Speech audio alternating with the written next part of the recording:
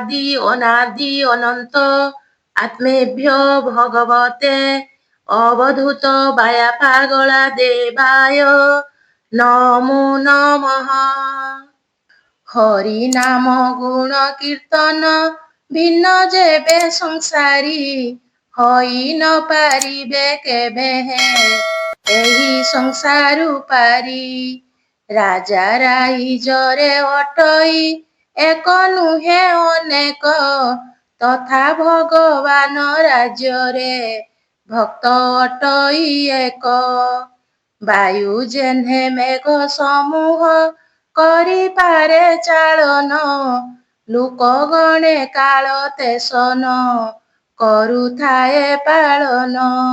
ଶ୍ରୀ ଗୁରୁ ଅଟନ୍ତି ଜଗତେ ଚକ୍ର କାଳ ସ୍ୱରୂପ ବୁଝିବ କାହୁଁ ବା ଏ ଜୀବ ଯାର ଶକ୍ତି ଅଳପ। ସମସ୍ତ ଘଟଣା ଜଗତେ ଅଟେ ଈଶ୍ୱରାଧୀନ ଜାଣିନ ଯେ ରାଜ୍ୟ ପାଳଇ ଅଟେ ରାଜାରେ ଗଣ୍ୟ। ସମଦୃଷ୍ଟିମାନ ଅଟନ୍ତି ଯଦି ଶ୍ରୀ ଭଗବାନ ତଥାପି ଭକତ ଅଟଇ ତାଙ୍କ କୁଟୁମ୍ବେ ଗଣ୍ୟ। ଅବିଦ୍ୟା ବଳରେ ମୃତ୍ୟୁଟି ବିଦ୍ୟା ବଳରେ ମୁକ୍ତି ଏହି ଦୁଇ କଥା କରଇ ଜାତ କାଳର ଶକ୍ତି। ଅବିଦ୍ୟାରେ ଲାଭ ହୁଅଇ ଭବେ ଭୀମ ମରଣ ମୃତ୍ୟୁ ପୁଣି ଭୟ କରଇ ମୁକ୍ତି ଅଟେ ଯା ନାମ। ଏହି ମୁକ୍ତି ଲାଭ ହୁଅଇ ଥିଲେ ବିବେକ ବଳ ଏହି ବଳେ ଯୁଦ୍ଧେ କରିଲେ ଜୟ ପାଣ୍ଡବ କୂଳ। ମୁକ୍ତି ପଥ ଭାବ ହୃଦୟେ ଉଦଯୁଗ ରୂପିଣୀ ବୁଦ୍ଧି ବିବେକ ଜ୍ଞାନ ଅଟେ ଦେହି ହିତକାରିଣୀ। ସର୍ବଜୀବେ ତର ବିହାର ଚିହ୍ନି ନ ପାରି ଜନେ କୁକର୍ମରେ ରତ ହୁଅନ୍ତି ସଦା ସ୍ୱାର୍ଥ ସାଧନେ।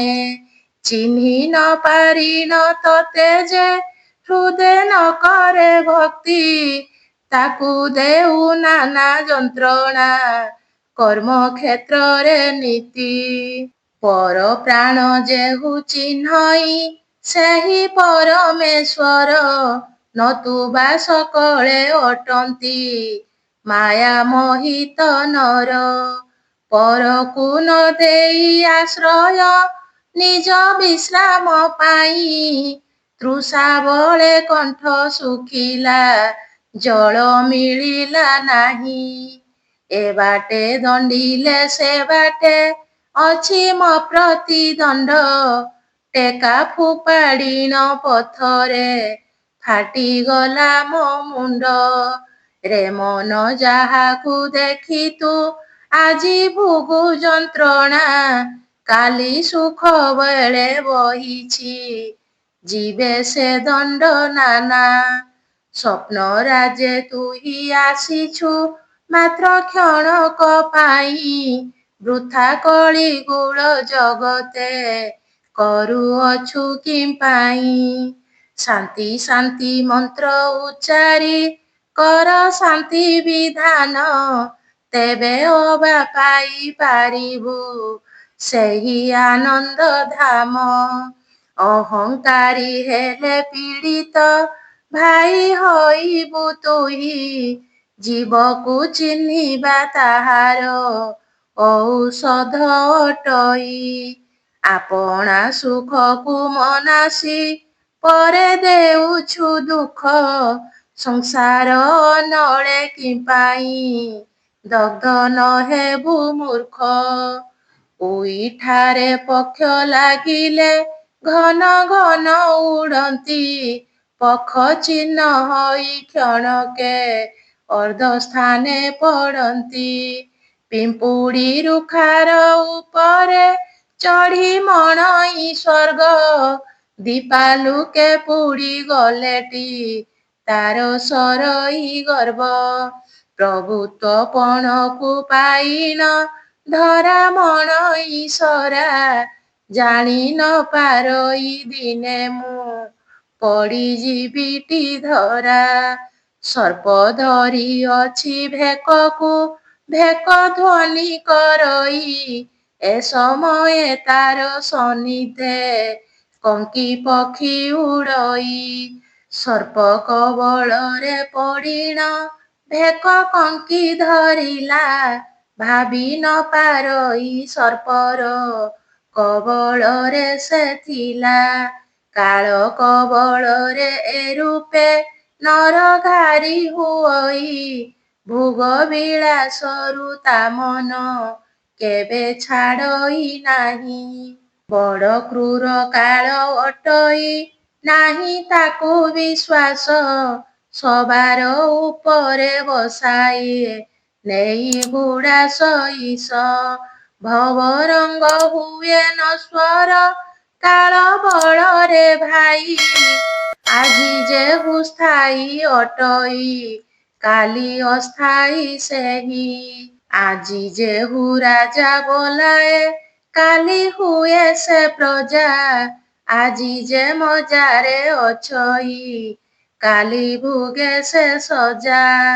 ଗୁରୁ ବିନୁ ପରିତ୍ରାଣଟି ନାହିଁ ସଂସାରେ କେହି ଦୃଢ଼ ଭାବେ ପାଦ ପଦ୍ମରେ ନିୟ ଆଶ୍ରୟ ତୁହି। ତୋର ସେବା ତୁହି କରୁଛୁ ବେଳ କାଳକୁ ଜାଣି କେଉଁ ସେବା ମୁହିଁ କରିବି ହେଉ ଅଛଇ ଗୁଣି। ମମନ ସୁମନ କରଇ ଅରପଣ ପଦରେ ଦୟା ହେଲେ କର ଗ୍ରହଣ ଦୟା କରି ତା ବାରେ। ଭୋଗ ଯୁଗ କିଛି ନ ମାଗେ କିବା ମୁକତି ପଥ ବିରୋଧୀର ଅବା ସାଧନ ପଥେ ନାହିଁ ମମତ। କର୍ମ ତ୍ୟାଗ କରି କରିବି ପ୍ରଜା ପାଳନ ଧର୍ମ ମୁଖେ ମନ୍ତ୍ର ସବୁ ଉଚ୍ଚାରି କରୁଥିବି ଭ୍ରମଣ। ଶତ୍ରୁ ମିତ୍ର ମୋର ପକ୍ଷରେ ହୋଇଥିବେ ସମାନ ଗୃହେ ବା ଶ୍ମଶାନେ ଆନନ୍ଦେ ନେଉଥିବି ବିଶ୍ରାମ।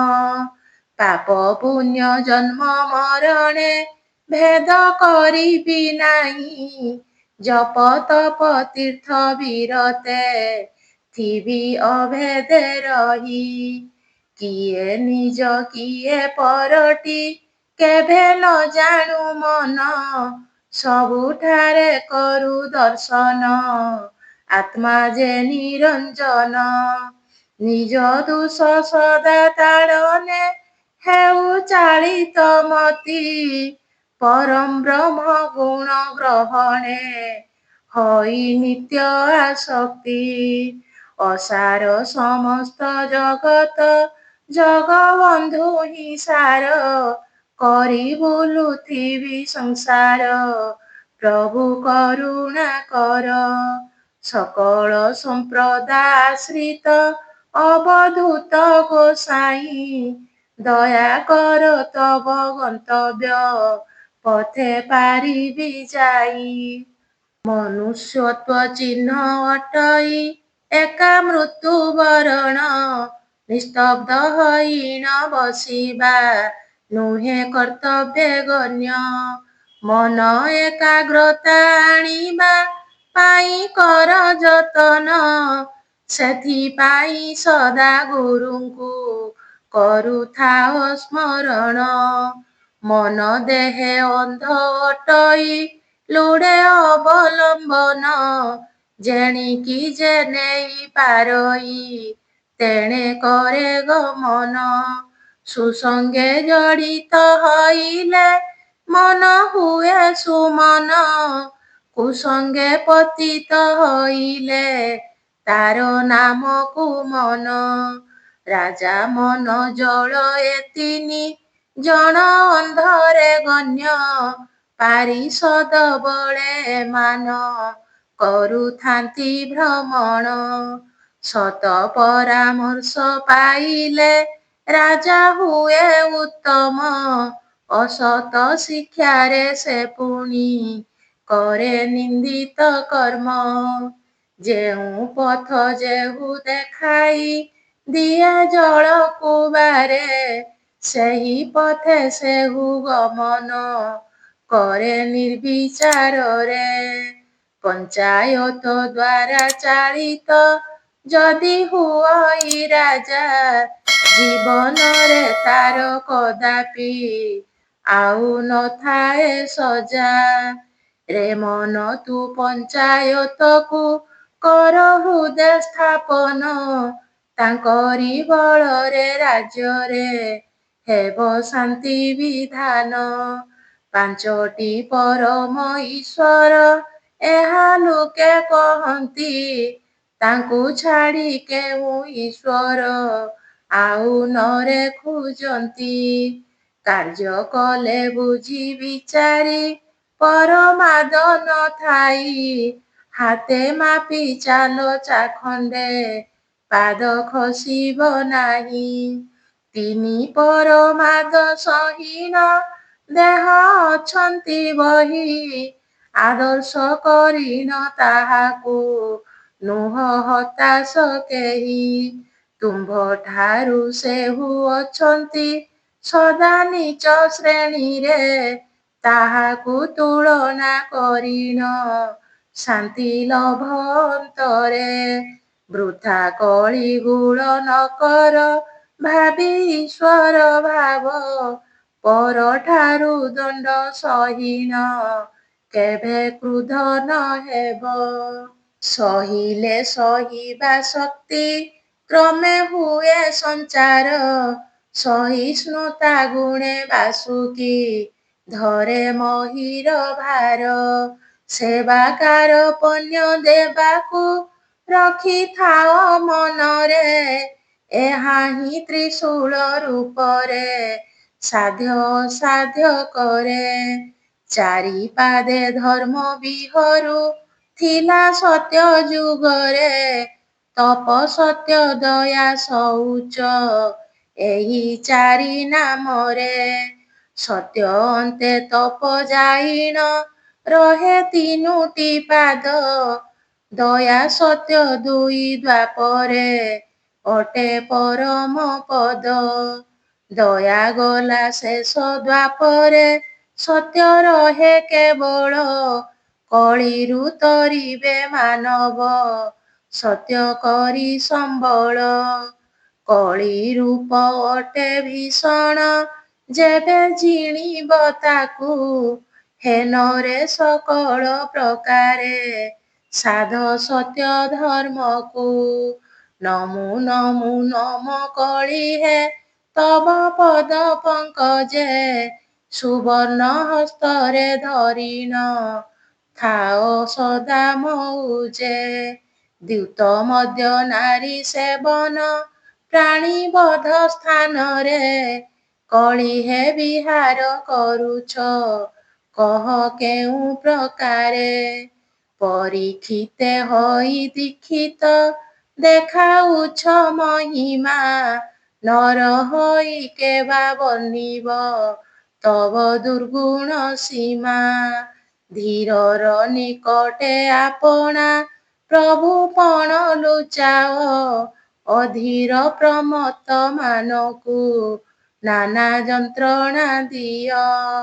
ଅସାବଧାନକୁ ଯେସନେ ବଳେ ବ୍ୟାଘ୍ର ଗ୍ରାସଇ ସାବଧାନ ଯିବେ ସହଜେ ଧରି ସେ ନ ପାରଇ। ତେସନେ ଅଧର୍ମୀ ଲୁକଟି ଅଟେ ଭକ୍ଷ ତୁମ୍ଭର ଧାର୍ମିକ ନିକଟେ କର ହେ ନତ ସର୍ବଦା ଶିର। ତବ ଆଶୀର୍ବାଦେ ଜୀବନ ମନ୍ଦ ପଥେ ପଥିକ ସତ୍ୟର ଆଶ୍ରିତ ଯେ ହୁଏ ନାସେ ତୁମ୍ଭର ଟେକ। ଭୂତ ରୂପେ ତୁମ୍ଭେ କଳି ହେ ହୁଅ ଦେହେ ପ୍ରକାଶ ପ୍ରାଣୀଙ୍କ ହୃଦୟେ ପଶିଣ ନାନା ପ୍ରାଣୀଙ୍କୁ ହିଂସ। ଦ୍ୟୁତ ମଧ୍ୟେ ଥାଇ ପାଣ୍ଡବେ ଦେଲ ଯେ ସନେ କ୍ଲେଶ ପୁରାଣେ ତ ଲେଖା ହୋଇଛି ଆଉ କହିବି କିସ ମଦ୍ୟପାନେ ନାଶ ହୋଇଲେ ଯଦୁ ବଂଶ ସକଳ ନାରୀ ଯୁଗୁ ନାଶ ହୋଇଲା ଲଙ୍କପତି କେବଳ କେଉଁ ଯୁଗ ମୁହିଁ ସାଧିବି କ୍ରୀଡ଼ା ପିତୁଳା ହୋଇ ଯେପରି ନଚାଅ ସେପରି ନୃତ୍ୟ ମୁଁ କରୁଥାଇ ଗୁରୁଙ୍କ ଛାମୁରେ ପୁଛିଲି ଯୁଗ କହିଲେ ମତେ ଉଦାହରଣରୁ ବୁଝରେ ବାବା ଉତ୍ତମ ଚିତେ ତ୍ରିକାଳଦର୍ଶୀ ମହାତ୍ମା ଏକ ଥିଲେ ପୂର୍ବେ ଭୂତ ଭବିଷ୍ୟତ ଜାଣନ୍ତି ସେହି ଯୁଗ ପ୍ରଭାବେ ଯୁଗ ବଳେ ଜାଣି ପାରିଲେ କାଲି ପାଦେ ଆଘାତ ନିର୍ଦ୍ଧାରିତ ସ୍ଥାନେ ନିଶ୍ଚୟ ହେବେ ମହାତ୍ମା ପ୍ରାପ୍ତ ସେ କାଳ ପ୍ରବେଶ ହଇଣ କଲା ଚଞ୍ଚଳ ମନ ମହାତ୍ମାକୁ ନେଲା ସେ ସ୍ଥାନେ ଯଥା ସମୟେ ପୁଣ ସବୁ ଜାଣି ଶୁଣି ସାଧକ ପରବେଶ ସେଠାରେ କାଳ ବସେ ସେହି ଦଣ୍ଡକୁ ଭୋଗ କଲେ ବିଧିରେ ଯୁଗ ଭୋଗ କିଛି ନ କରେ ଏହି କଥା ପ୍ରମାଣି ଜୀବନ ଅର୍ପଣ କରିଛି ଗୁରୁ ଚରଣେ ପୁଣି ତାଙ୍କରି ଆଦେଶେ ଏ ଦେହ ରଥ ହୁଏ ଚାଳିତ ସେହି ତ ସାରଥି ଅଟନ୍ତି ମୁହିଁ ନିମିତ୍ତ ମାତ୍ର ତୁରଙ୍ଗ ସେ ପଥେ ଚଳଇ ଯହିଁ ରାଉତ ଚାଳେ ବୃଥାରେ ମୁଁ ଭାବି ଭାବିନ କିମ୍ପା ମରେ ବିକଳେ ବୃଥା ଭାବନା ତୁ ନ କର ମନ ଆଉ ଏଣିକି ଭାବନାରେ କେବେ ଆନନ୍ଦ କହ ମିଳିପାରେ କି ଯାହାର ଆଜ୍ଞାରେ ପର୍ବତ ଶୂଳ ପରି ଭାସଇ ଦୁର୍ଦ୍ଦଶା କେତେକ ମାତର ପୁଣି ସେ ନ ଘୁଞ୍ଚଇ ଇନ୍ଦ୍ରର କୋପରୁ ରଖିଲେ ଯେହୁ ଗୋପ ସମ୍ପଦ ନିଶ୍ଚୟ ସେ ରକ୍ଷା କରିବେ